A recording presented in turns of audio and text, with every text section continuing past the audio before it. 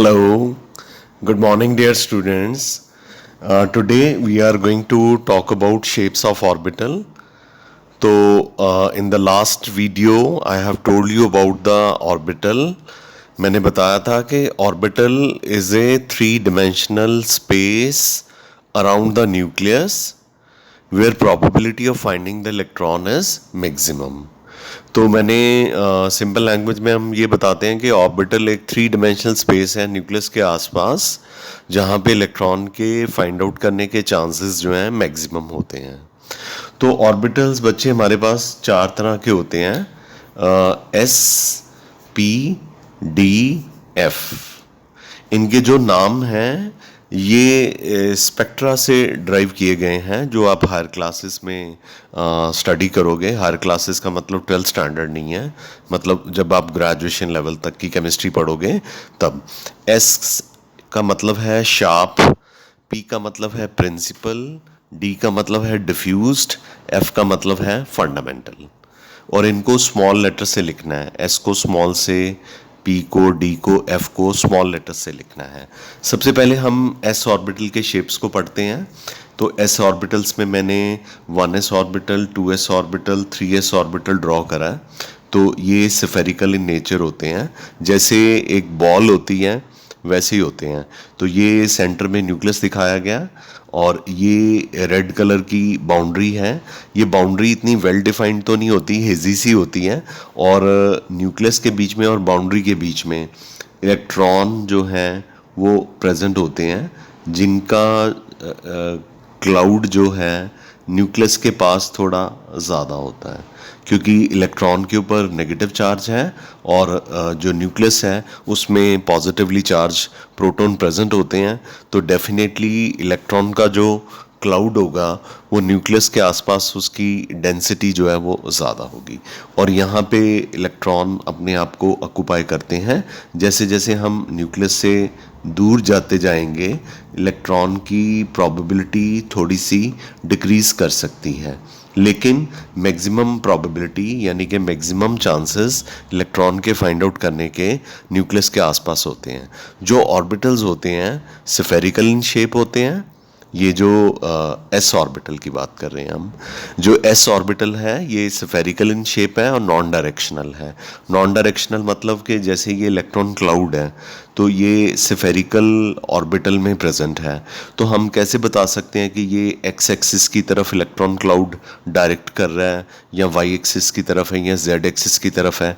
इसलिए जो S orbitals होते हैं उनको हम कहते हैं कि ये स्फेरिकल होते हैं और क्या होते हैं, नॉन डायरेक्शनल होते हैं। 1s ऑर्बिटल के बाद मैंने 2s ऑर्बिटल बनाया है। ये 2s ऑर्बिटल का जो साइज़ है 1s ऑर्बिटल के कंपैरेटिवली बड़ा होता है।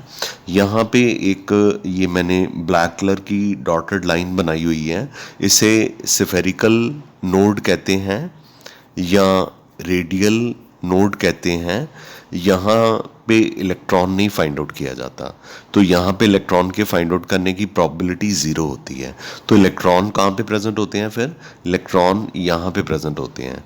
ठीक है, तो ये मैंने इसको एरो के साथ शो भी किया हुआ है कि ये जो पार्ट है नोड के बाद वाला, स्फेरिकल नोड के बाद वाला, ये है ऑक्यूपाइड 2s ऑर्बिटल, यानी कि इलेक्ट्रॉन यहाँ पे प्रेजेंट है।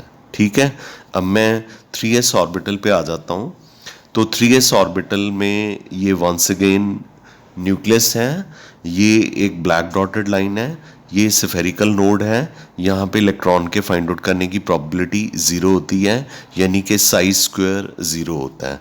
तो जितने भी नोड्स होते हैं वहाँ पे साइज स्क्वायर ज़ीरो होता है, यानी कि इलेक्ट्रॉन के फाइंड आउट करने की प्रोबेबिलिटी ज़ीरो होती है। तो इसके बाद एक और स्फेरिकल नोड है, यानी कि 3s ऑर्बिटल में दो स्फेरिकल नोड्स हैं। 2s ऑर्बिटल में एक स्फेरिकल नोड थी, 1s ऑर्बिटल में कोई स्फेरिकल नोड नहीं है।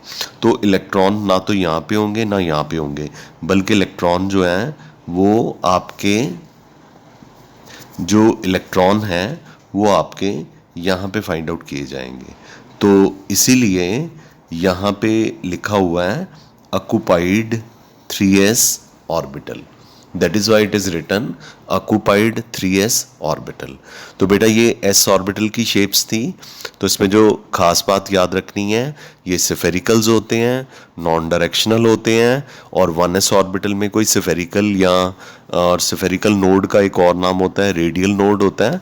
तो सिफेरिकल और रेडियल नोड जो है 1s में नहीं फाइंड आउट किए जाते, 2s में एक रेडियल या सिफेरिकल नोड होती है, और 3s ऑर्बिटल में दो स्फेरिकल नोड या रेडियल नोड्स होते हैं।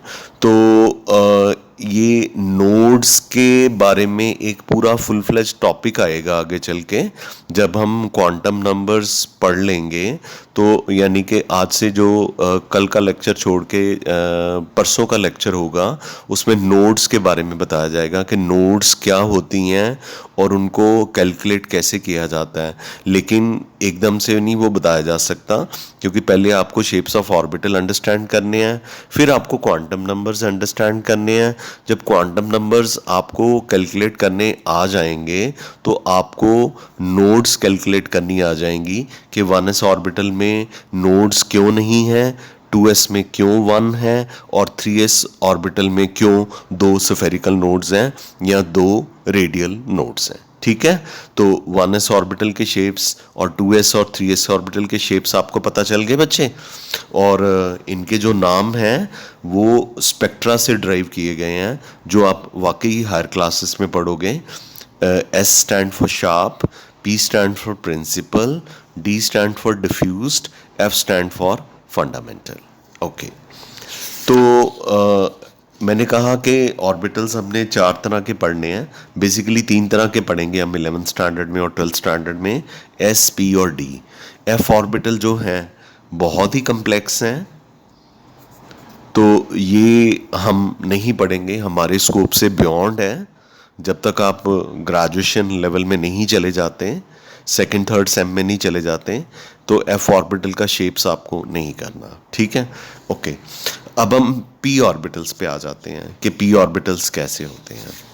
तो पी ऑर्बिटल्स में मेरे पास जो मैं पी ऑर्बिटल यहाँ पे शो करने जा रहा हूँ वो 2p ऑर्बिटल है।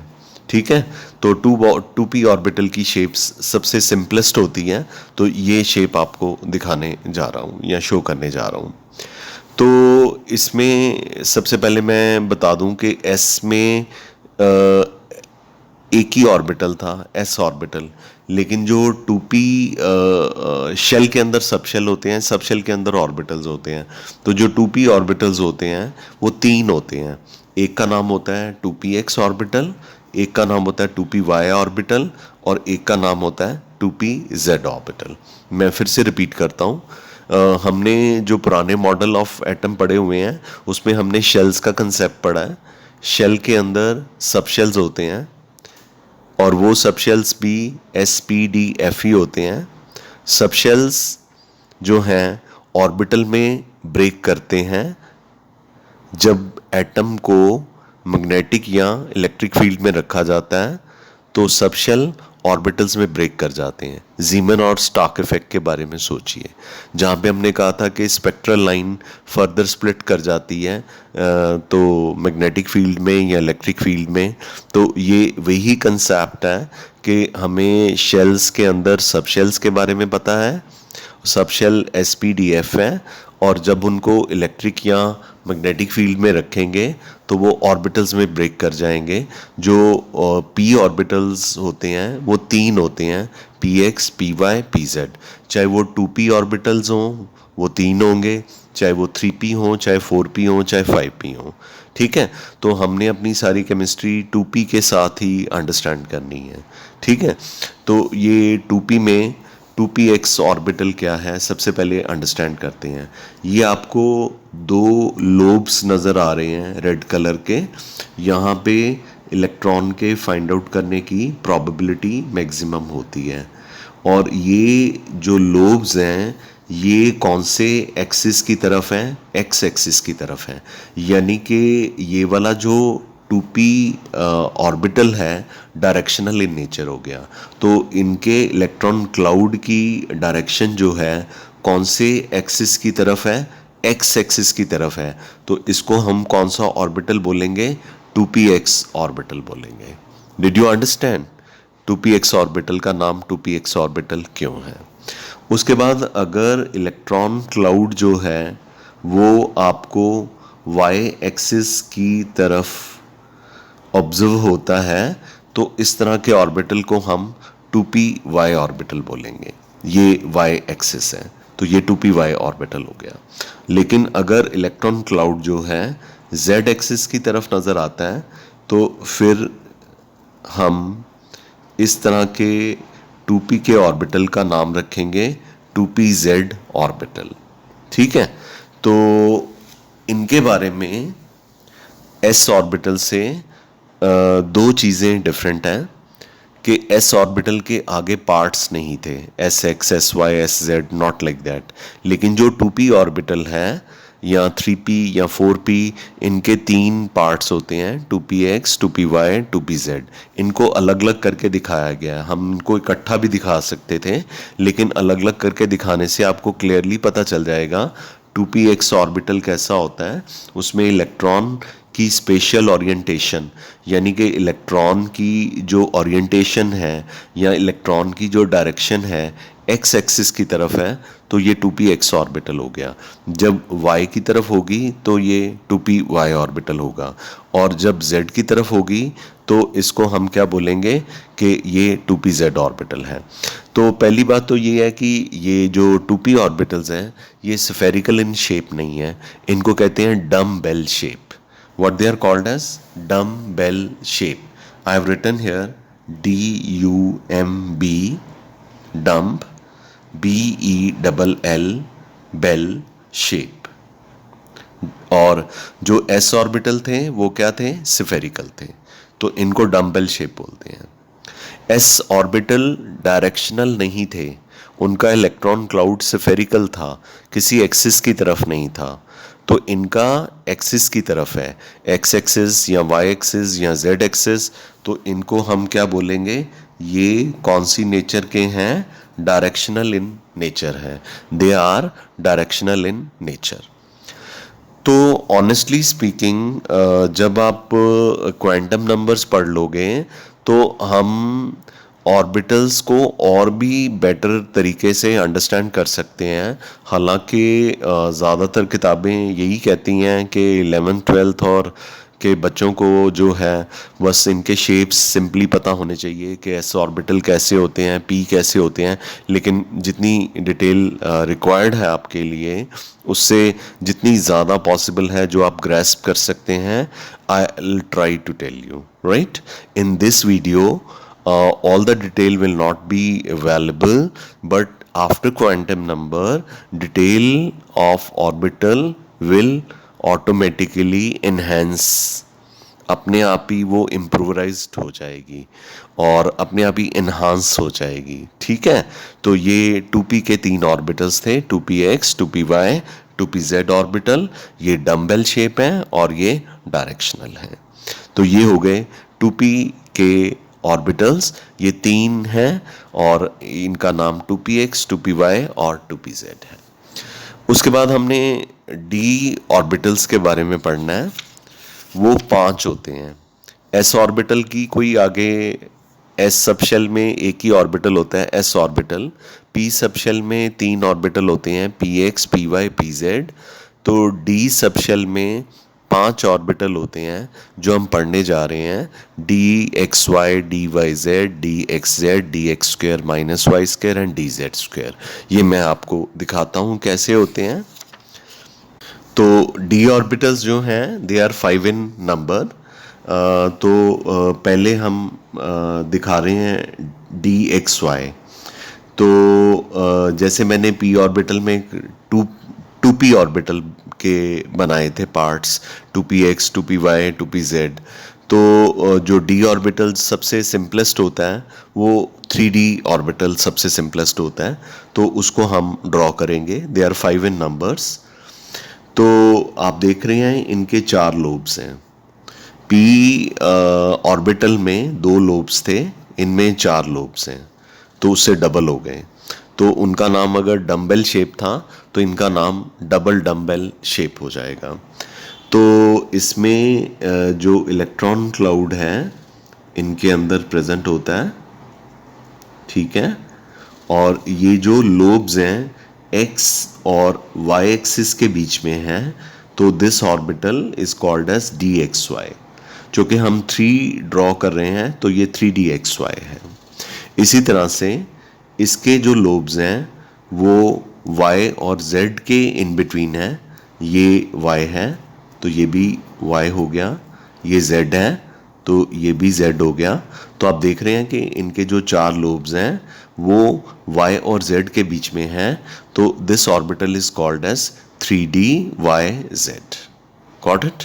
अच्छा, अब नेक्स्ट जो है थर्ड ऑर्बिटल, उसका नाम है 3DXZ। इसमें आप देख सकते हैं कि जो 4 लोब्स दिखाए हुए हैं इलेक्ट्रॉन क्लाउड के, वो x और z के बीच में हैं, तो they are called as, this orbital is called as 3DXZ। ठीक है। अब एक डी का ऐसा भी ऑर्बिटल होता है जिसमें जो लोब्स हैं वो एक्सिस के ऊपर हैं। आप ये देखिए एक्स वाई, तो जो लोब्स थे एक्सिस के बीच में थे। वाई जेड को देखिए तो जो लोब्स थे वाई और जेड के बीच में हैं। एक्स जेड को देखिए तो जो लोब्स हैं एक्स और जेड के बीच में हैं। पर जब आप X square minus Y square को देखते हैं तो आप देखेंगे कि इनके लोब्स जो हैं एक्सिस के ऊपर हैं। तो when lobes are present along the axis, this orbital is called as 3D x square minus y square। अब आप को मैं ये ज़रूर बताना चाहूँगा कि जो ऑर्बिटल्स के नाम हैं ये क्वांटम मैकेनिक्स ने सजेस्ट किए गए थे, यानी कि wave mechanical model of atoms Schrödinger wave equation को ड्राइव करने के बाद सजेस्ट किए गए थे। ये ऐसा नहीं है कि हमने अपनी मर्जी से जो मर्जी नाम इनके रख लिए हैं। तो ये जो 4 ऑर्बिटल्स हैं 3DXY, 3DYZ, 3DXZ, 3DX square minus Y square, ये इनमें जो लोब्स का नंबर है p ऑर्बिटल्स के मुकाबले में डबल है। तो जो p ऑर्बिटल्स थी उनकी शेप का नाम रखा था डम्बेल शेप। तो इनमें लोब्स उनसे डबल हैं तो they will be called as double dumb bell shape. क्या नाम हो गया? डबल डम बेल शेप। और यहाँ इनको क्लोवर लीफ शेप भी कहा जाता है, CLOVERLEAF, क्लोवर लीफ शेप। क्योंकि क्लोवर के जो पत्तियाँ होते हैं वो इस तरह के पैटर्न के होते हैं 4-4, तो इसलिए इनका नाम क्लोवर लीफ शेप भी है। डबल डम बेल शेप भी पॉपुलर है, क्लोवर लीफ शेप जो नाम है ये भी पॉपुलर है। आप इन दोनों को लर्न कीजिए, दोनों ही आपको याद करने पड़ेंगे। तो वो एग्जामिनेशन में कई बार ये पूछ लेते होते हैं कि कौन से डी ऑर्बिटल्स हैं जिनके लोब्स एक्सिस के इन बिटवीन होते हैं। तो मैं क्वेश्चन रिपीट करता हूँ, कौन से ऐसे लोब्स होते हैं जो एक्सिस के इन बिटवीन होते हैं। तो आपने उनका नाम क्या बताना है? XY, DXY, DYZ, DXZ। तो अगर वो बोलें कि कौन से ऐसा डी ऑर्बिटल है जिसके electron lobes along the axis होते हैं, तो आपने उसका नाम बताना है DX square minus Y square. जो 3 आगे प्रीफिक्स लगा हुआ है ये रिप्रेजेंट करता है कि ये जो डी ऑर्बिटल हैं ये वाले थर्ड शेल में फाइंड आउट किए गए थे, और ये सबसे सिंपलेस्ट होते हैं। और हमने अपनी सारी केमिस्ट्री जो है 3D ऑर्बिटल्स के साथ ही कंप्लीट करनी होती है, यानी आगे इनकी शेप कम्प्लेक्स हुई जाती है। ओके, तो मैंने जैसे कि आपको बताया कि डी ऑर्बिटल्स 5 होते हैं, तो अभी मैंने आपको 4 के बारे में ही बताया। तो 5वां जो है वो मेरे पास यहाँ पे है, ये मैं इसको थोड़ा सा ऊपर कर दूँ, ठीक है। ये अब आपको नज़र आ रहा होगा। तो ये जेड एक्सिस है, आ गया नज़र, ठीक है। और यहाँ पे आपको दो लोब्स ब्लू कलर के ऊपर और नीचे नज़र आ रहे हैं और ये एक रेडियल लोब नज़र आ रहा है इस तरह का, ठीक है। ये नज़र आ रहा है, ये डिफ्यूज्ड हो चुका है, ये डेवलप्ड नहीं है। तो इस तरह के ऑर्बिटल का नाम है 3DZ²। क्या नाम है? 3DZ²। और इसकी शेप को डोनट शेप कहते हैं। What is this called as? Donut shape, या बेबी सूदर शेप भी कहते हैं। बेबी सूदर शेप मैं बस इतना कहूँगा, अगर आपके आसपास आपके घर में या आपकी फैमिली में कज़न्स में कोई ऐसा बच्चा है जो शहद वाला निप्पल चूसता है, तो इसकी शेप उसके जैसी बनी हुई है, तो इसलिए इसे बेबी सूदर शेप भी कहा जाता है। तो ये थे आपके डी ऑर्बिटल्स, ठीक है। तो जब एस ऑर्बिटल्स आए थे तो मैंने कहा था कि वो स्फेरिकल हैं। जब पी ऑर्बिटल्स आए तो मैंने कहा कि वो डम्बेल शेप हैं। जब डी ऑर्बिटल आए तो मैंने कहा कि ये जो चार हैं, जो कि 3DXY, 3DYZ, 3DXZ, 3DX² minus Y², इनको डबल डम्बेल शेप या क्लोवर लीफ शेप कहते हैं। लेकिन जो पांचवा डी ऑर्बिटल है जो 3DZ² है, इसकी शेप को बेबी सूदर शेप या डोनट शेप कहा जाता है। डोनट शेप कहा जाता है। किताबों में डोनट शेप ही लिखा होता है, आप डोनट शेप जरूर याद कीजिए। बेबी सूदर शेप आपके ऊपर है, आप याद करना चाहते हैं, लेकिन अगर आप सुनेंगे तो आपको याद रह ही जाएगा, ठीक है। तो पांचों ऑर्बिटल्स की शेप डिफरेंट है, जबकि पी में ऐसा नहीं था, ठीक है। तो ये थे 3D orbitals. I am very sure कि आपको ये वाला शेप्स ऑफ ऑर्बिटल का कंसेप्ट क्लियर हो गया होगा। एफ ऑर्बिटल के शेप्स हमने नहीं करने। वैसे मैं जब आपको PDF भेजूंगा क्वांटम नंबर्स की, तो मैं आपको एफ ऑर्बिटल के शेप्स जरूर भेज दूंगा उसमें, लेकिन आपने उसको लर्न नहीं करना, ठीक है। आप वैसे देख सकते हैं, वो काफ़ी कम्प्लेक्स होते हैं। That is all about the shapes of orbital बच्चा। Thank you very much. Call it a day. Nice.